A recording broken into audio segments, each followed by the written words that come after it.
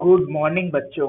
अब हम बात करने वाले हैं एमएचसी के बारे में। किसके बारे में बात करेंगे? MHC, major histocompatibility complex. ठीक, एचएलए सिस्टम की बात करेंगे। ह्यूमन ल्यूकोसाइट एंटीजन की बात करेंगे। किसकी बात करने वाले हैं बच्चों? एचएलए, ह्यूमन ल्यूकोसाइट एंटीजन की बात करेंगे। ह्यूमन ल्यूकोसाइट एंटीजन की बात करेंगे बच्चों। ह्यूमन ल्यूकोसाइट एंटीजन की बात करेंगे। ओके बच्चों, तो हम बात करते हैं एचएलए की बात करते हैं, ह्यूमन ल्यूकोसाइट एंटीजन की बात करते हैं बच्चों। Human leukocyte antigen chromosome number 6 पर सिचुएटेड होते हैं। कहाँ होते हैं? Short arm of chromosome number 6 पर सिचुएटेड होते हैं। मतलब एचएलए के अलील जो हैं ये कहाँ पर सिचुएटेड होते हैं? Short arm of chromosome number 6। इनके अलील कहाँ सिचुएटेड होते हैं?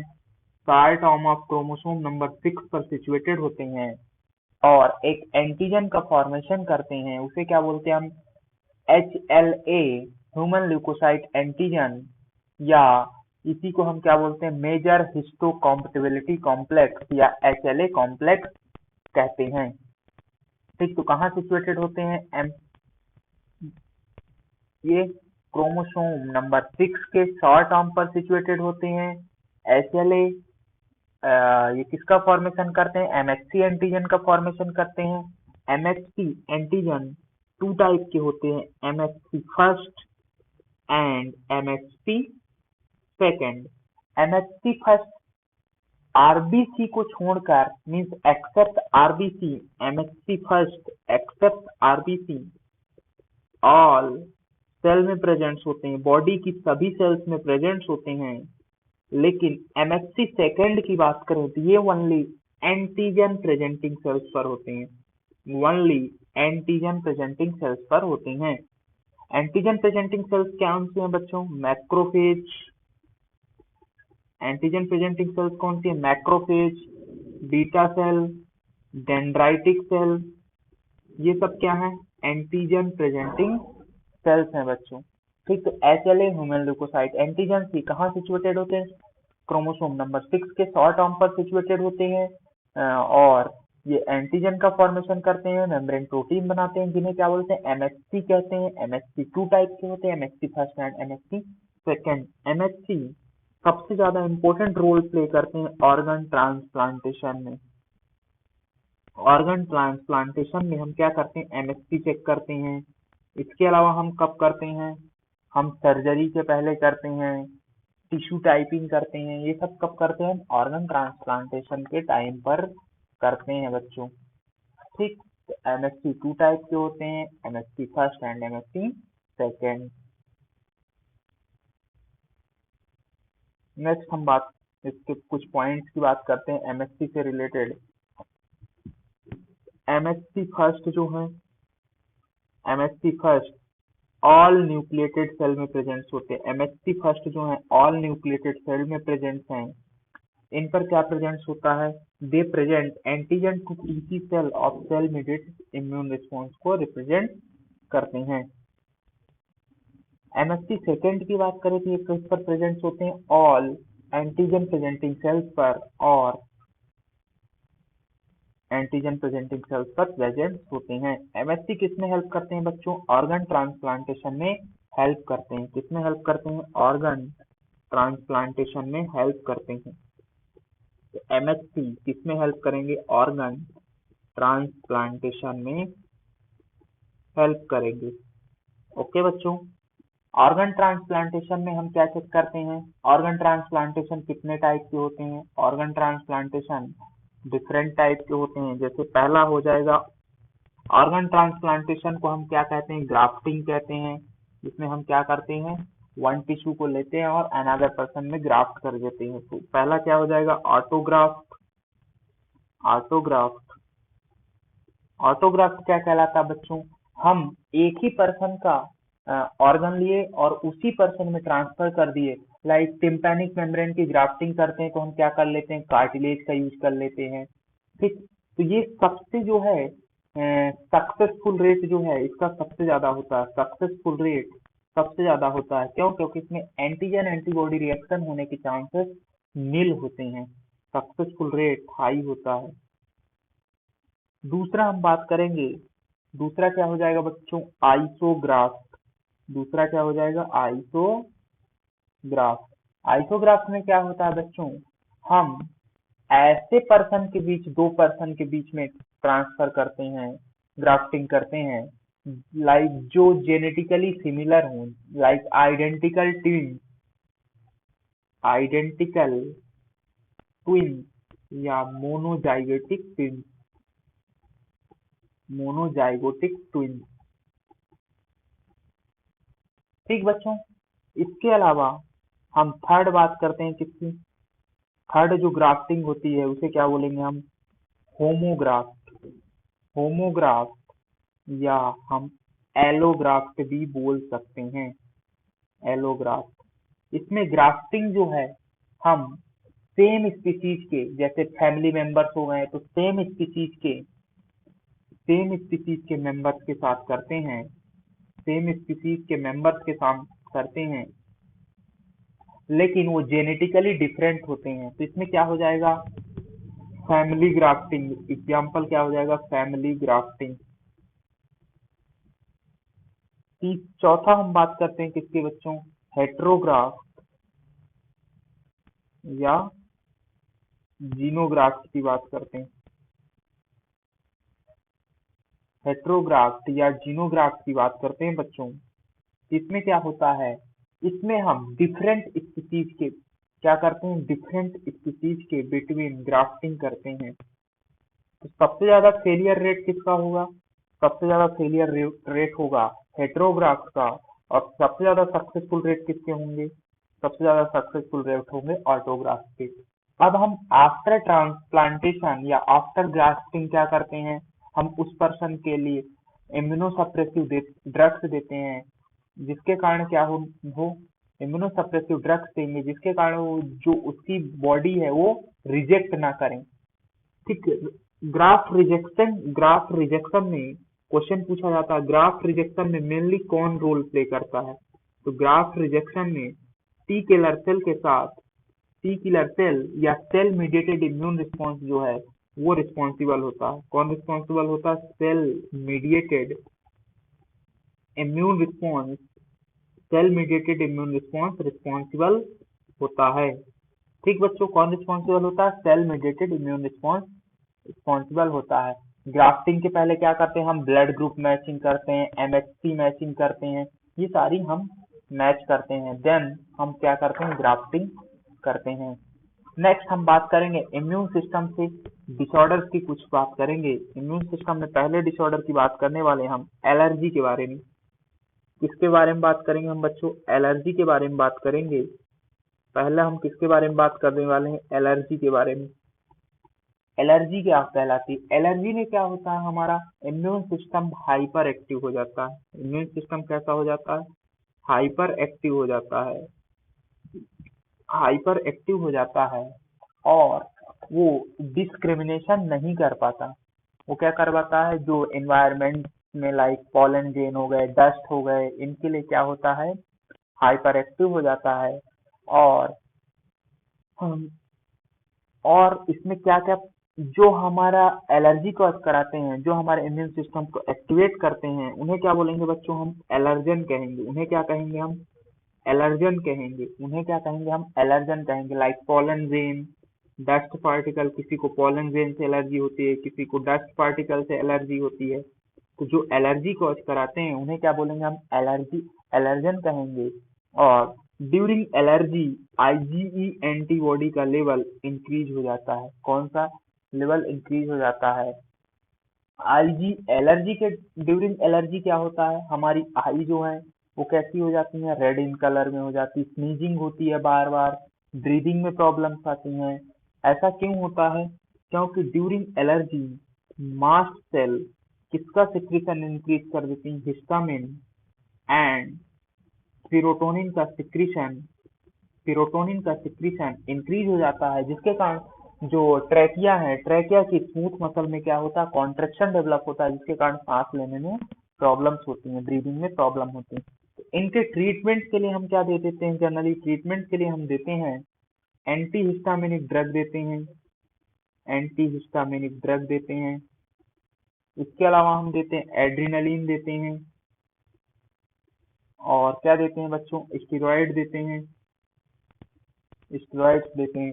ठीक, एनसीईआरटी बोलती है कि हम कई बार हम क्या रखते हैं, बच्चों को ज्यादा हम प्रोटेक्टिव इन्वायरमेंट में रखते हैं तो एलर्जी कॉज हो सकती है। अब एलर्जी की वजह से कौन कौन सी डिसऑर्डर होती हैं, सबसे पहला एलर्जिक डिसऑर्डर में क्या हो जाएगा, अस्थमा हो जाएगा। दूसरा क्या हो जाएगा हमारा, हाई फीवर हो जाएगा, हाई फीवर हो जाएगा। और तीसरा एनाफाइलेक्टिक शॉक हो जाएंगे। तीसरा क्या हो जाएगा, एनाफाइलेक्टिक फाइलेक्टिक शॉक हो जाएंगे। ये सारे क्या हो जाएंगे, एलर्जी की वजह से होने वाले डिसऑर्डर्स हो जाएंगे। हाई फीवर पॉलन ग्रेन की वजह से होता है। ठीक, नेक्स्ट हम बात करेंगे बच्चों ऑटो इम्यून डिसऑर्डर के बारे में। नेक्स्ट किसके बारे में बात करेंगे हम, ऑटो इम्यून डिसऑर्डर के बारे में बात करेंगे। किसकी बात करेंगे अब, ऑटो इम्यून डिसऑर्डर की बात करेंगे।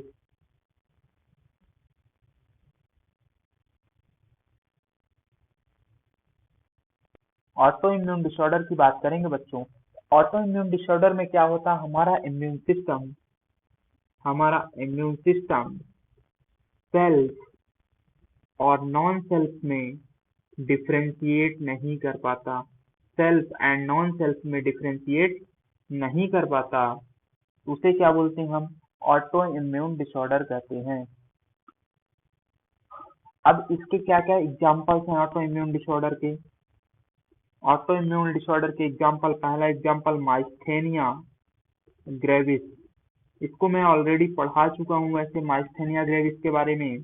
इसमें क्या होता है बच्चों, एस्टाइल कोलिन रिसेप्टर है, एस्टाइल कोलिन रिसेप्टर है, इसके अगेंस्ट क्या बन जाती हैं, एंटीबॉडी बन जाती हैं, और इस रिसेप्टर को क्या कर देती हैं, जाकर डिस्ट्रॉय कर देती हैं, जिसके कारण क्या होता है, न्यूरोमस्कुलर ट्रांसमिशन ब्लॉक हो जाता है। क्या होता है बच्चों,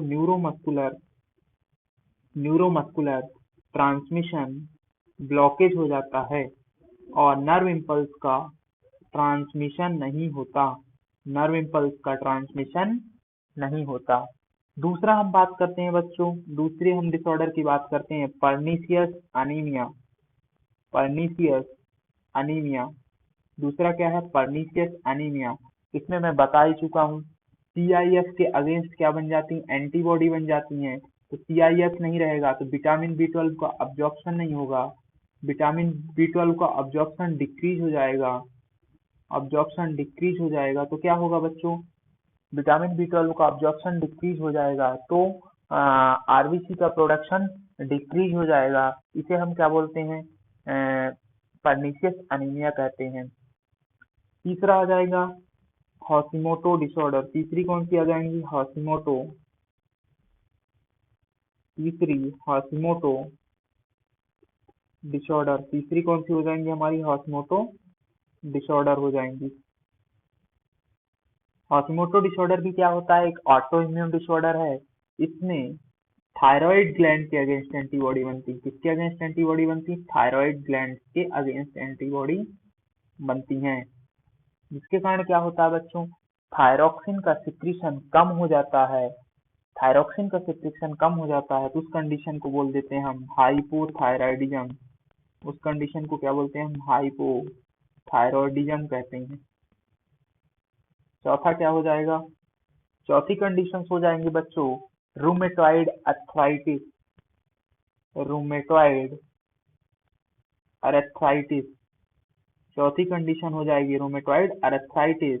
इसमें क्या होता है बच्चों, इसमें आईजीएम एंटीबॉडी का फॉर्मेशन होता है, किसके अगेंस्ट, साइनोवियल मेम्ब्रेन के अगेंस्ट, साइनोवियल मेम्ब्रेन के अगेंस्ट आईजीएम एंटीबॉडी बनती है, जिसके कारण क्या होता है बच्चों, साइनोवियल मेम्ब्रेन में स्वेलिंग होती है, उसमें स्वेलिंग होती है तो साइनोवियल फ्लूइड अमाउंट बढ़ता है जिसके कारण ज्वाइंट में पेन होने लगता है। ठीक।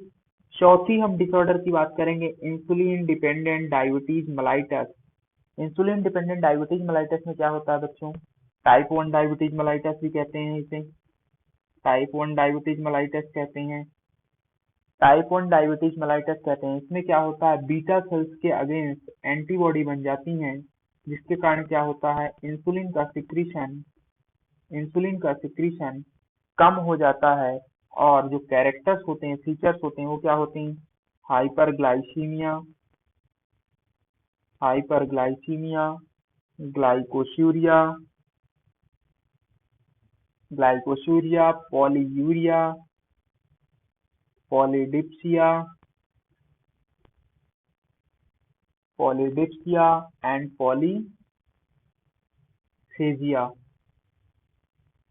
पॉलीफेजिया, ये सारे इसके फीचर्स होते हैं। पांच सिक्स ऑटो इम्यून डिसऑर्डर की बात करते हैं, उसमें आता है मल्टीपल स्क्लेरोसिस। क्या आता है बच्चों? Multiple sclerosis. इसमें क्या होता है बच्चों, माइलिन शीथ के अगेंस्ट, माइलिन शीथ के अगेंस्ट एंटीबॉडी बन जाती हैं जिसके कारण क्या होता है बच्चों, नर्व इम्पल्स के ट्रांसमिशन में प्रॉब्लम होती है। नेक्स्ट हम बात करते हैं किसकी बच्चों, नेक्स्ट हम बात करते हैं इम्यूनो डेफिशिएंसी डिसऑर्डर की बात करते हैं बच्चों। नेक्स्ट इम्यूनो डेफिशिएंसी डिसऑर्डर की बात करते हैं बच्चों। इम्यूनो डेफिशिएंसी डिसऑर्डर की बात करते हैं बच्चों। इसमें पहला एग्जांपल क्या आता है, severe combined immuno deficiency syndrome. ये म्यूटेशन की वजह से होता है। पहले ये किसकी वजह से होता है बच्चों, म्यूटेशन की वजह से होता है जिसके कारण क्या होता है, एडिनोसिन, एडिनोसिन डीअमीनेज, एडिनोसिन डीअमीनेज एंजाइम की डेफिशिएंसी हो जाती है, एडिनोसिन एंजाइम की डेफिशिएंसी हो जाती है जिसके कारण क्या होता है बच्चों, टी और बी लिम्फोसाइट का मैचुरेशन नहीं होता, टी और बी लिम्फोसाइट का मैचुरेशन नहीं होता तो टी और बी लिम्फोसाइट के काउंट डिक्रीज हो जाते हैं, टी एंड बी लिम्फोसाइट के काउंट डिक्रीज हो जाते हैं जिसके कारण क्या होता है बच्चों, जिसके कारण उस पर्सन की इनिशियल स्टेज में ही डेथ हो जाती है। तो ट्रीटमेंट के लिए हम क्या करते हैं, जीन थेरेपी करते हैं। क्या करते हैं बच्चों, जीन की थेरेपी करते हैं। ठीक, जीन को रिमूव करके लगाएंगे। दूसरा इम्यूनो डेफिशिएंसी सिंड्रोम में आता है एक्वायर्ड इम्यूनो डेफिशिएंसी सिंड्रोम। ये किसकी वजह से होता है, एचआईवी वायरस की वजह से होता है। टी हेल्पर सेल की डेफिशिएंसी हो जाती है, टी हेल्पर सेल की डेफिशिएंसी हो जाती है। ठीक, तो ये किसके बारे में हो गया बच्चों, इम्यूनो डेफिशिएंसी डिसऑर्डर के बारे में हो गया। इसके अलावा जेनेटिक डिसऑर्डर आपने फिनाइल कीटोन्यूरिया, एल्केप्टोन्यूरिया, एल्बिनिज्म, थैलेसीमिया, ये सब जेनेटिक्स में पढ़ लिए होंगे आपने। एनिप्लाइडी, यूप्लाइडी, डाउन सिंड्रोम, ये सब आपने कहाँ पढ़ा होगा, जेनेटिक्स में ऑलरेडी पढ़ चुके होंगे। ठीक बच्चों, तो ये किसके बारे में हो गया, डिफरेंट डिसऑर्डर्स के बारे में हो गया। नेक्स्ट हम किसकी बात करते हैं बच्चों, नेक्स्ट हम बात करते हैं आगे, लास्ट क्लास का रिवीजन करते हैं। टाइप ऑफ इम्यूनिटी हमने देखा था, कितने टाइप की इम्यूनिटी होती है बच्चों, टू टाइप की इम्यूनिटी होती है। एक हमारी होती है इन्नेट इम्यूनिटी, दूसरी acquired immunity. Innate immunity by birth present होती है, नॉन स्पेसिफिक होती है, इसकी कोई मेमोरी नहीं होती। ये चार चीजों से मिलकर बनती है, physical barrier, physiological barrier, cellular barrier and cytokine barrier. Acquired immunity two type की होती है, active acquired immunity and passive acquired immunity. Active again two type की होती है, नेचुरल एंड आर्टिफिशियल, और पैसिव भी अगेन टू टाइप की होती है, नेचुरल एंड आर्टिफिशियल। तो मैंने बताया इन्नेट इम्यूनिटी नेचुरल है, प्रेजेंट होती है बर्थ, ये नॉन स्पेसिफिक होती है, सभी को एक तरह से किल करती है। और नेक्स्ट हम एक्वायर्ड इम्यूनिटी की बात करें तो ये हमें लाइफ बर्थ के बाद मिलती है, पैथोजन स्पेसिफिक होती है, इसमें डाइवर्सिटी होती है, मेमोरी होती है, डिफरेंशिएशन होता है। ठीक बच्चों, इसके बाद हमने क्या देखा था, सलाइवा टीयर्स लाइसोजाइम इन सलाइवा में प्रेजेंट होते हैं। ठीक, एक्वायर्ड इम्यूनिटी किस टाइप की होती है, स्पेसिफिक टाइप की होती है, क्वेश्चन है। अब हम बात करते हैं टाइप्स ऑफ बैरियर, कितने टाइप के बैरियर होते हैं, ये भी हम लास्ट क्लास में देख चुके हैं। पहला क्या होता है, फिजिकल बैरियर, दूसरा फिजियोलॉजिकल बैरियर, तीसरा सेलुलर बैरियर और चौथा साइटोकाइन बैरियर। फिजिकल बैरियर में क्या आ जाएंगे, हमारे स्किन एंड म्यूकस मेम्ब्रेन आ जाएंगे, स्किन एंड म्यूकस मेम्ब्रेन आ जाएंगी। ये क्या काम करते हैं, फिजिकल बैरियर का करते हैं, और ये क्या बनाते हैं, फर्स्ट लाइन डिफेंस का फॉर्मेशन करते हैं। कौन सा डिफेंस बनाते हैं, फर्स्ट लाइन डिफेंस बनाते हैं। म्यूकस मेम्ब्रेन कहाँ की, जैसे रेस्पिरेटरी ट्रैक्ट की म्यूकोसा, डाइजेस्टिव ट्रैक्ट की म्यूकोसा, यूरोजेनाइटल ट्रैक्ट की म्यूकोसा, ये क्या करती हैं, माइक्रोब को ट्रैप करके और उनको बाहर फेंकने का काम करती हैं। नेक्स्ट आती है हमारे फिजियोलॉजिकल बैरियर। फिजियोलॉजिकल बैरियर में एक फीवर हो जाएगा, दूसरा सिक्रीशंस हो जाएंगे। सिक्रीशन में क्या हो सकता है, पीएच हो जाएगा, एसिडिक पीएच जो होता है बैक्टीरिया के लिए ग्रोथ के लिए इनहिबिट करता है। दूसरा हो जाएगा लाइसोजाइम, टीयर, ये सब लाइसोजाइम सिक्रीशन किस में आएगा, फर्स्ट लाइन बैरियर में आएंगे, और फीवर सेकंड लाइन बैरियर में आएगा, सेकंड लाइन डिफेंस में आता है। ठीक, तो टीयर सलाइवा इन सब में क्या प्रेजेंट होता है, लाइसोजाइम प्रेजेंट होता है जो बैक्टीरिया को किल करता है। नेक्स्ट हम थर्ड सेलुलर बैरियर की बात करते हैं, तो इसमें कौन कौन सी सेल आती है हमारी, पॉलीमार्फोन्यूक्लियर ल्यूकोसाइट मतलब न्यूट्रोफिल्स आ जाएंगी, मोनोसाइट्स आ जाएंगी, नेचुरल किलर सेल्स आ जाएंगी। ये क्या करेंगी, ये बैक्टीरिया को फैगोसाइटोसिस करके डिस्ट्रॉय करेंगी। तो ये क्या बनाएंगे, हमारे सेकेंड लाइन बैरियर का फॉर्मेशन करेंगी, सेकेंड लाइन बैरियर का फॉर्मेशन करेंगी। नेक्स्ट हम बात करते हैं साइटोकाइन बैरियर। साइटोकाइन में क्या होते हैं, इंटरल्यूकिन्स होते हैं, इंटरफेरॉन्स होते हैं, ये सब क्या करते हैं, हमारे इम्यूनिटी प्रोवाइड कराते हैं। फिजिकल बैरियर का एग्जांपल तो स्किन हो जाएंगे एंड नेक्स्ट हम बात करते हैं एक्वायर्ड इम्यूनिटी की। तो एक्वायर्ड इम्यूनिटी क्या होती है बच्चों, टू टाइप की होती है, एक सेल मेडिएटेड और दूसरा एंटीबॉडी मेडिएटेड। एक्वायर्ड में हम एक्टिव की बात करते हैं, तो एक्टिव में क्या होता है बच्चों, इसमें हमारा बॉडी खुद क्या करती है, एंटीबॉडी का प्रोडक्शन करती है और इसमें लाइफ टाइम इम्यूनिटी मिलती है। ठीक, यदि हम बात करें पैसिव इम्यूनिटी की, तो इसमें हम क्या करते हैं, रेडीमेड एंटीबॉडी बॉडी के ऑर्गेनिज्म में इंट्रोड्यूस कराते हैं। एक्टिव एंड पैसिव हमने देखा, एक्टिव एंड पैसिव देखा। एक्टिव जो होती है नेचुरल हो सकती है और आर्टिफिशियल हो सकती है। नेचुरल में क्या करेंगे, कोई भी नेचुरल इन्फेक्शन हो रहा है उसे हम किस में रखेंगे, नेचुरल एक्टिव एक्वायर्ड इम्यूनिटी में। आर्टिफिशियल एक्टिव एक्वायर्ड इम्यूनिटी में क्या हो जाएगा, वैक्सीनेशन हो जाएगा बच्चों, क्या हो जाएगा, वैक्सीनेशन। एक्वायर्ड इम्यूनिटी जो होती है स्लो होती है और टाइम लेती है, लेकिन इसकी मेमोरी होती है और लॉन्ग लास्टिंग होती है। इसके बाद हम नेक्स्ट किसकी बात करते हैं, आर्टिफिशियल पैसिव इम्यूनिटी की बात करते हैं बच्चों। पैसिव इम्यूनिटी क्या होती है, इसमें हम रेडीमेड एंटीबॉडी बॉडी में इंट्रोड्यूस कराते हैं। ये जो होती हैं ये फास्ट होती हैं लेकिन शॉर्ट लिव्ड होती है, इनका रिस्पॉन्स थोड़े टाइम के लिए ही होता है। अब इसमें भी नेचुरल हो सकते हैं, आर्टिफिशियल हो सकते हैं। नेचुरल में क्या हो जाएगा, आईजीए एंटीबॉडी प्रेजेंट होती है कोलेस्ट्रम में, आईजीजी एंटीबॉडी प्लेसेंटा को क्रॉस करके फीटस को क्या करती हैं, प्रोटेक्शन प्रोवाइड कराती हैं।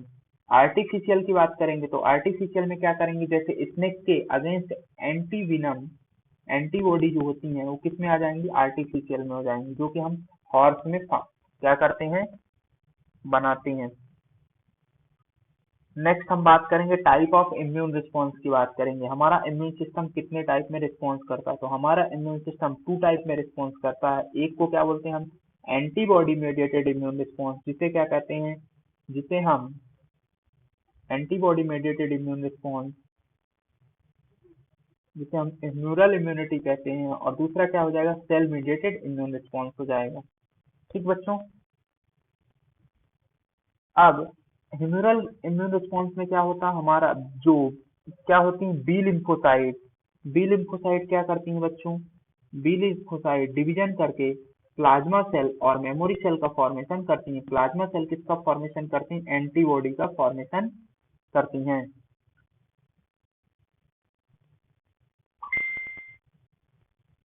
नेक्स्ट हम किसकी बात करते हैं बच्चों?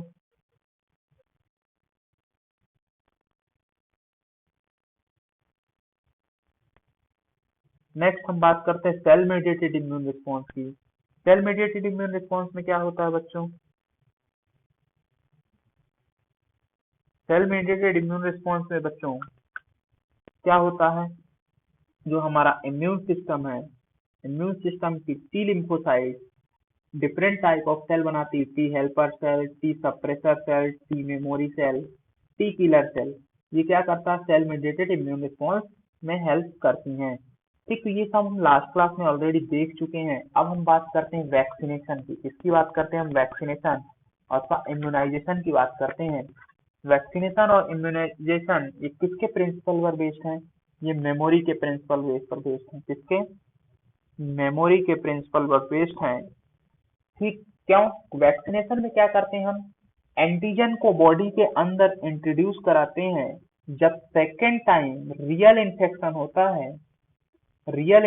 होता है तो हमारा इम्यून सिस्टम जल्दी से बहुत सारी एंटीबॉडी बना देता है और उस इन्फेक्शन को हरा देता है। ठीक, तो principle of vaccination is based on the property of memory. ये किसकी प्रॉपर्टी पर बेस्ड है? मेमोरी के प्रॉपर्टी पर बेस्ड है। क्यों? मान लेते हैं एग्जाम्पल, पोलियो का हमने क्या किया? वैक्सीनेशन किया। पोलियो का वैक्सीनेशन किया हमने, तो पोलियो जो 2 बूंद पिलाते हैं उसमें क्या होती हैं?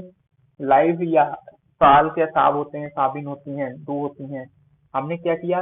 एंटीजन दिया पोलियो का। अब जब सेकेंड टाइम रियल में पोलियो का इन्फेक्शन हुआ तो हमें पोलियो के खिलाफ हमारा इम्यून सिस्टम ऑलरेडी से क्या एंटीबॉडी बना के बैठा। जब रियल इन्फेक्शन आता है तो क्या कर देता है? उसको पोलियो वायरस को किल कर देता है।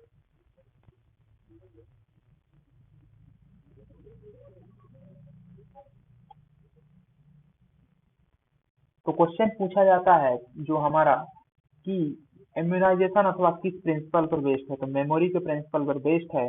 फादर ऑफ इम्यूनाइजेशन कौन थे? फादर ऑफ इम्यूनाइजेशन थे हमारे Edward Jenner. Recombinant DNA technology द्वारा जो वैक्सीन प्रोड्यूस की जाती हैं,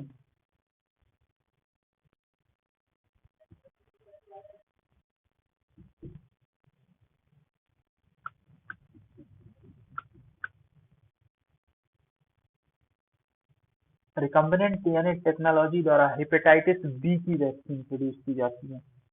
नेक्स्ट हम इम्यूनोलॉजिकल डिसऑर्डर की बात कर चुके हैं। इम्यूनोलॉजिकल डिसऑर्डर में हमने क्या देखा था? Immunodeficiency disorder, hyper sensitivity disorder, auto immune disorder and graft rejection.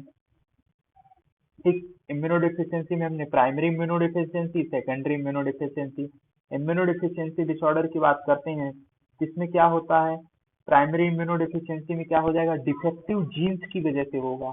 Defective jeans की वजह से होगा सीवियर कंबाइंड इम्यूनोडेफिशिएंसी सिंड्रोम, जिसमें किसकी डेफिशिएंसी होती है? एडिनोसिन डीअमीनेज एंजाइम की डेफिशिएंसी होती है बच्चों।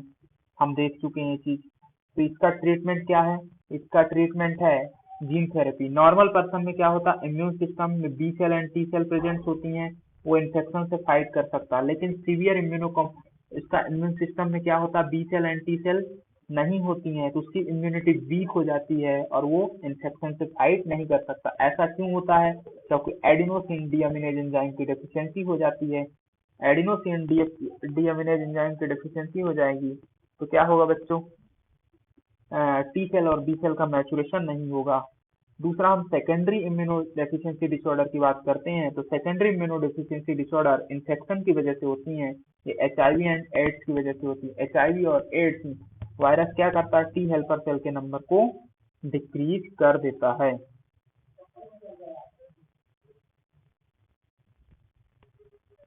अब जो एचआईवी का इन्फेक्शन है वो किस किस रूट से फैलता है? तो सेक्सुअल कांटेक्ट से फैल सकता है, सिरिंजिंग इन्फेक्टेड सिरिंज है, मदर टू फीटस फैल सकता है, या ब्लड ट्रांसफ्यूजन के दौरान फैल सकता है। ठीक, या जो ड्रग अब्यूजर्स होते हैं वो सिरिंज का यूज करते हैं, उनमें फैल सकता है। HIV और एड्स कभी भी फिजिकल कांटेक्ट से नहीं फैलते हैं। ठीक, इसके बाद हम किसकी बात करेंगे? स्ट्रक्चर ऑफ HIV वायरस की बात करेंगे। इसकी बात करेंगे बच्चों, स्ट्रक्चर ऑफ HIV वायरस की बात करेंगे। इसमें क्या होता है? इसमें एक लिपिड बाइलेयर्स है, ग्लाइकोप्रोटीन 120 है, ग्लाइकोप्रोटीन 41 होता है, P17 मैट्रिक्स एंटीजन होते हैं। इसमें 2 आइडेंटिकल RNA मॉलिक्यूल्स होते हैं। कैसे होते हैं? 2 आइडेंटिकल RNA मॉलिक्यूल्स होते हैं। इसके अलावा इसमें रिवर्स ट्रांसक्रिप्टेज एंजाइम्स होता है और P24 एंटीजन होते हैं, एंटीग्रेज एंजाइम्स होता है। ठीक, तो सबसे ज्यादा हमें याद रखने वाला है, इसमें जो RNA होते हैं वो 2 होते हैं, आइडेंटिकल होते हैं, और ग्लाइकोप्रोटीन 120 होता है, ग्लाइकोप्रोटीन 41 होता है। इसके अलावा रिवर्स ट्रांसक्रिप्टेज एंजाइम होता है और इंटीग्रेज एंजाइम होता है। ठीक, तो रेट्रोवायरस में सिंगल स्टैंडर्ड RNA होते हैं और कितने होते हैं? 2 होते हैं। इसमें एक एंजाइम्स होता है, उसे क्या बोलते हैं? Reverse transcriptase enzyme. तो RNA क्या करता है? RNA जैसे भी HIV का इन्फेक्शन हुआ हमारी बॉडी में, तो RNA सबसे पहले क्या करेगा? RNA से DNA बनाएगा रिवर्स ट्रांसक्रिप्टेज एंजाइम प्रेजेंस में, और ये DNA क्या करेगा? हमारी बॉडी के मेन DNA से इंटीग्रेट हो जाएगा। इंटीग्रेट हो जाएगा किस एंजाइम के प्रेजेंस में? इंटीग्रेज एंजाइम्स में, और बहुत सारे RNA के पार्टिकल्स का फॉर्मेशन करेगा। अब जब बहुत सारे RNA के पार्टिकल्स का फॉर्मेशन करेगा तो क्या होगा? वो सेल लाइसिस हो जाएगी, और नेक्स्ट लाइसिस हो जाएगी तो फिर से बहुत सारे HIV वायरस निकलेंगे और HIV वायरस नेक्स्ट सेल को अफेक्ट करेंगे। तो प्रोटीन जो कि होस्ट सेल्स के सरफेस से बाइंड होता है वो कौन सा होता है? ग्लाइकोप्रोटीन 120 होता है। HIV की मैकेनिज्म दी हुई है यहाँ पर। तो कोई भी पर्सन क्या हुआ? इन्फेक्ट हुआ, HIV कहाँ एंटर करेगा? सबसे पहले टी हेल्पर सेल में या मैक्रोफेज में या डेंड्राइटिक सेल में एंटर करेगा। इसके बाद वो क्या करेगा? वायरल RNA को DNA में कन्वर्ट करेगा रिवर्स ट्रांसक्रिप्टेज एंजाइम के प्रेजेंस में। अब रिवर्स ट्रांसक्रिप्टेज एंजाइम के प्रेजेंस में उसने DNA बनाया, और DNA को क्या किया? उसने डबल स्टैंडर्ड वायरल DNA बनाया। अब इस वायरल DNA को क्या करेगा? जो होस्ट का DNA है उसके DNA से इंटीग्रेट कर देगा। इंटीग्रेट कर देगा और बहुत सारे क्या होंगे? RNA के DNA के साथ साथ RNA का प्रोडक्शन होगा। RNA का प्रोडक्शन होगा जो कि वायरल जीनोम है। अब उसके ऊपर चारों ओर फिर से क्या करेगा? कवरिंग करेगा और नेक्स्ट सेल को अफेक्ट करेगा। ठीक, तो ये मेनली किस सेल को अफेक्ट करता है? जो पॉइंट पूछा जाता है HIV, टी हेल्पर सेल को अफेक्ट करता है। क्यों? क्योंकि ग्लाइकोप्रोटीन 120 मॉलिक्यूल किससे अटैच होता है? जाकर CD4 मॉलिक्यूल से जाकर अटैच होता है, जो कि कहाँ प्रेजेंट होता है? टी हेल्पर सेल में प्रेजेंट होता है। ठीक, तो HIV अथवा एड्स क्या करता है? इम्यून सिस्टम को वीक कर देता है, जिसके कारण क्या होते हैं? अदर इन्फेक्शन होने के चांसेस इंक्रीज हो जाते हैं। जैसे माइकोबैक्टीरियम का इन्फेक्शन हो गया, वायरस, फंगाई, पैरासाइट्स में हो जाए, टॉक्सोप्लाज्मा हो गए। तो जो पर्सन की डेथ है वो एड्स की वजह से ना होकर के अदर डिसऑर्डर की वजह से होती है, अदर इन्फेक्शन की वजह से होती है। ठीक, इसके डायग्नोसिस के लिए क्या करते हैं? हम एंजाइम लिंक्ड इम्यूनोसार्वेलेंस टेस्ट करते हैं। इसके अलावा हम करते हैं वेस्टर्न ब्लॉट टेस्ट करते हैं। इलीजा जो है स्क्रीनिंग टेस्ट है, और वेस्टर्न ब्लॉट जो है कंफर्मेटरी टेस्ट है, मोस्ट रिलायबल टेस्ट है। इसके आगे हम नेक्स्ट क्लास में देखेंगे